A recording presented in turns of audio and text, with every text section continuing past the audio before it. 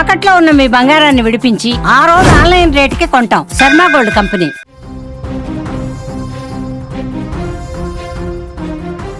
విశాఖ ఆరిలోవలో ఓ ఇంట్లో ఒంటరిగా ఉన్న ఓ మహిళ దారుణ హత్య కలకలం రేపుతుంది. రెక్కి నిర్వహించిన ఓ వ్యక్తి ఇంట్లోకి చొరబడి ఆమెను హత్య చేసి బీరువాలో ఉన్న నగదు బంగారాన్ని దోచుకుని వెళ్ళిపోయాడు.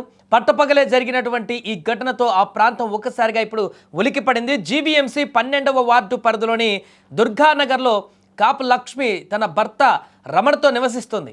వీరిద్దరూ పిల్లలకు వివాహం కావడంతో వారు వేరువేరు చోట్ల ఉంటున్నారు. రమణ జీవీఎంసీలో ఉద్యోగి. బుధవారం ఉదయం ఆయన విధులకు వెళ్లారు. సాయంత్రం ఇంటికి చేరుకునేసరికి బయట గేట్లు గుమ్మం తలుపులు తెరిచి ఉండడాన్ని గమనించారు. లోపలికి వెళ్ళగా భార్య లక్ష్మి మంచంపై రక్తపు మడుగులో పడి ఉండడాన్ని చూసి ఒక్కసారిగా దిగ్భ్రాంతికి గురయ్యాడు. ఆమె మెడ ముఖం పైన గాయాలు ఉన్నాయి. వెంటనే పోలీసులకు సమాచారం అందించారు.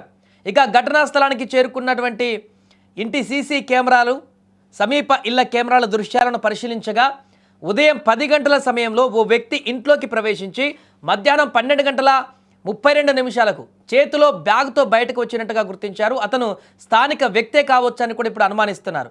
ఇంట్లో ఉన్న చీటీ డబ్బులు సుమారు 5 లక్షలు, అలాగే మహిళ ధరించిన కొన్ని బంగారు ఆభరణాలు అపహరించినట్లుగా కుటుంబ సభ్యులు పోలీసులకు తెలిపారు. కేసు నమోదు చేసి దర్యాప్తు ప్రారంభించినట్టుగా ఏసీపీ నరసింహమూర్తి వెల్లడించారు.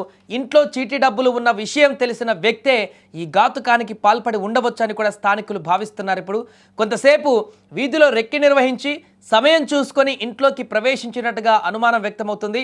ఇదిలా ఉండగా ఇదే ప్రాంతానికి సమీపంలోని దుర్గానగర్లో సుమారు 8 ఏళ్ల క్రితం కూడా ఇదే తరహాలో ఓ వృద్ధురాలని హత్య చేసి బంగారం దోచుకుపోయినటువంటి ఘటనను స్థానికులు గుర్తు చేస్తున్నారు.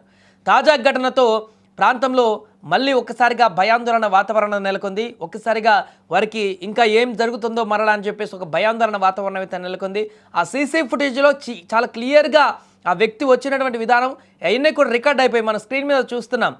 ముందుగా వచ్చాడు, కొంతసేపు రెక్కి నిర్వహించాడు, ఎలా వెళ్ళాలి, జనం ఎప్పుడు రాకుండా ఉంటారు, ఏ సమయంలో ఇంట్లోకి చొరబడాలి అంతా కూడా ప్లాన్ ప్రకారం ప్లాన్ చేసుకొని అక్కడ ఇంటి ముందర నడిచి కాసేపు చూసిన తర్వాత మరలా వచ్చినప్పుడు మాస్క్ కూడా పెట్టుకొని కనిపించకుండా, ముఖం కదలికలు కనిపించకుండా మాస్క్ కూడా పెట్టుకొని ఆ ఇంట్లోకి చొరబడ్డాడు. ఎవరు లేనటువంటి సమయాన్ని చూసి ఆ తర్వాత ఆమెని దారుణంగా హత్య చేసి పూర్తిగా అక్కడి నుంచి వెళ్ళిపోయినటువంటి పరిస్థితి అక్కడ సీసీ కెమెరాలో కూడా రికార్డ్ అయింది.